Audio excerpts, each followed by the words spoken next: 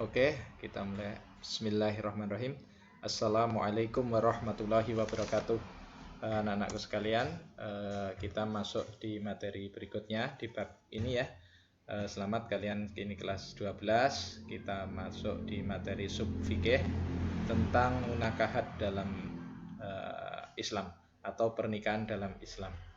Di mana pernikahan ini menjadi suatu tanda dimulainya hubungan laki-laki dan perempuan dalam berumah tangga, sekaligus tanda sebagai seseorang menyempurnakan agamanya. Karena apabila dilakukan dengan sesuai dengan syariat atau rukun dan syaratnya, maka dia akan bernilai separuh dari agama. Akan tetapi apabila salah atau tidak terpenuhi rukun dan syaratnya, maka dia akan menjadi rantai dosa yang tidak akan terputus karena ada perzinahan di dalamnya.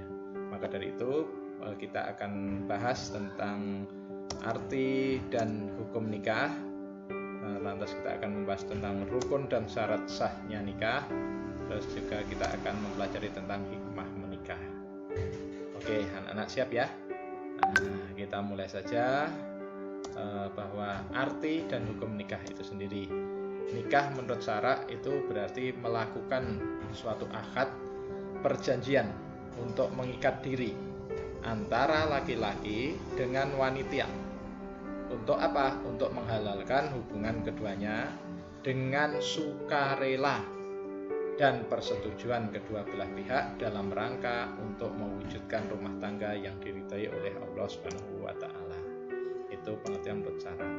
Lantas hukum nikah sendiri itu pada prinsipnya nikah itu boleh dilakukan, boleh tidak dilakukan. Akan tetapi hukum ini akan berubah-ubah sesuai dengan keadaan seseorang. Contohnya, hukum nikah menjadi sunnah atau dianjurkan. Ini apabila ada seseorang yang ingin menikah tetapi dia juga masih mampu mengendalikan diri dari nafsu. Itu hukumnya sunnah.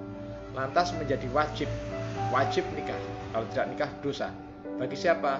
Ini bagi orang yang sudah ingin menikah dan dia mampu menikah, dan apabila dia tidak menikah, dia akan terjerumus ke dalam perbuatan zina.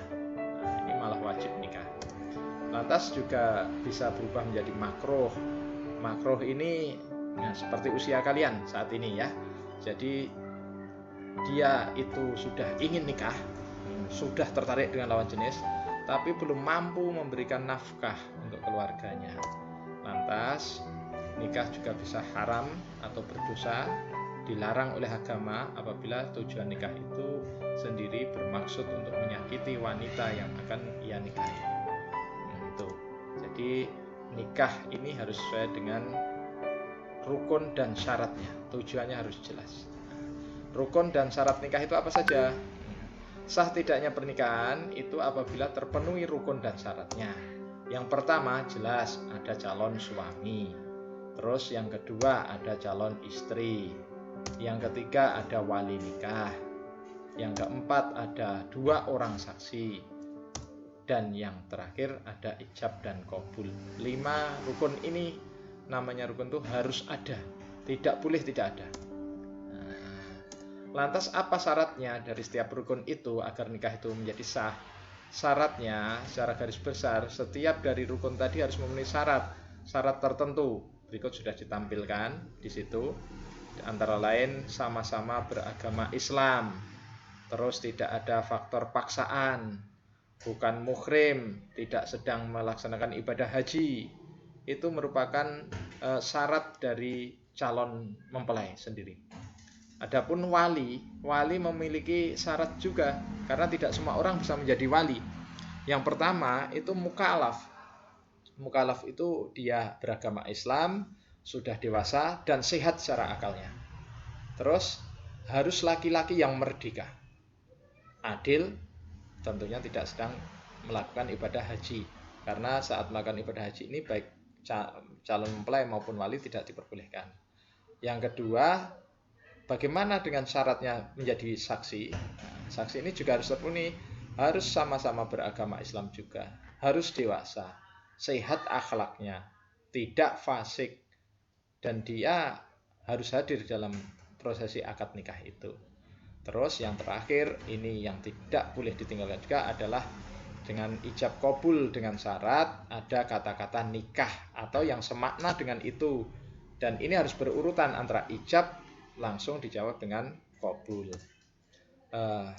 Lantas siapa saja yang bisa menjadi wali itu?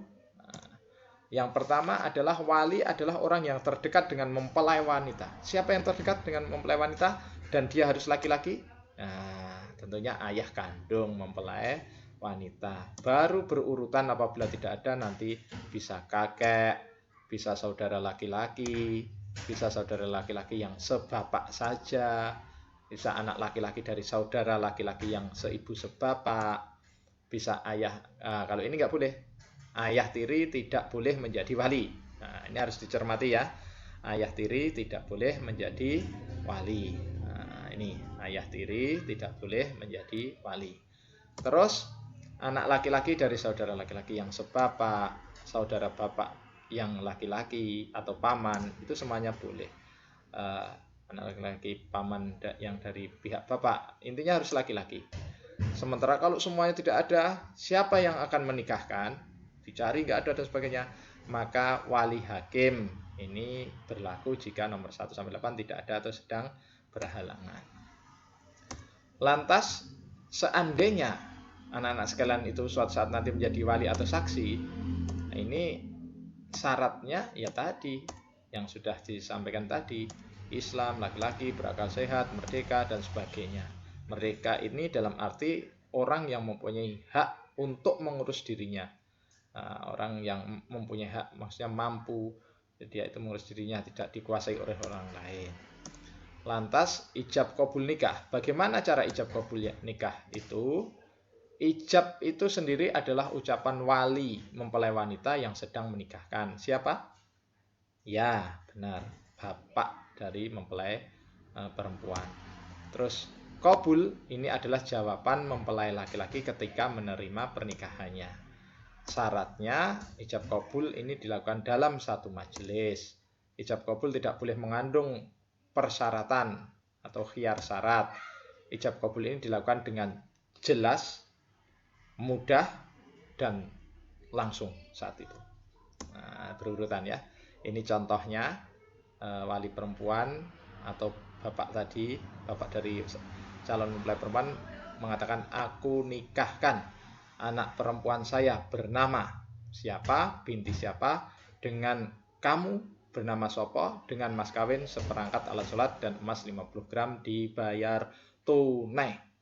Lantas calon suami, masih calon ya ini, menjawab, saya terima nikah dan perjodohannya dengan diri saya, dengan mas kawin tersebut dibayar tunai.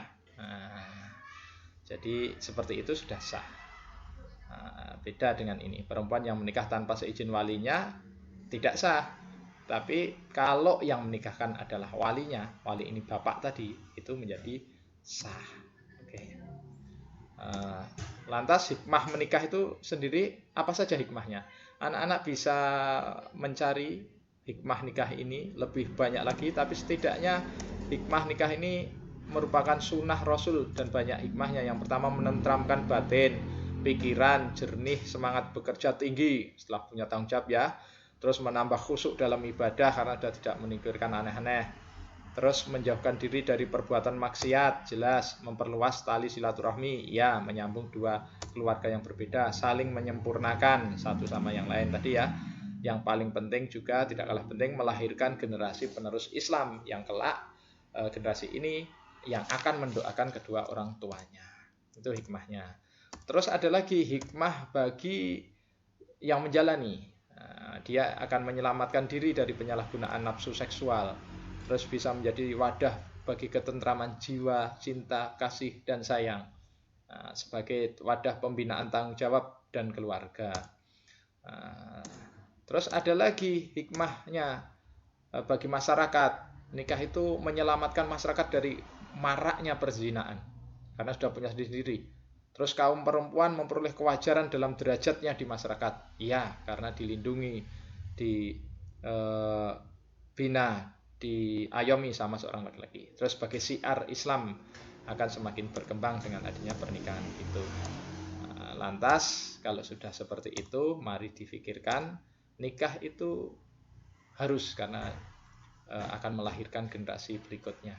Akan tetapi jangan dilupakan rukun dan syaratnya agar pernikahan itu bisa sah. Makanya tidak usah terburu-buru, tapi tetap harus disiapkan segala sesuatunya agar pernikahan itu atau fungsi hikmah pernikahan itu dapat diraih. Demikian, terima kasih untuk anak sekalian.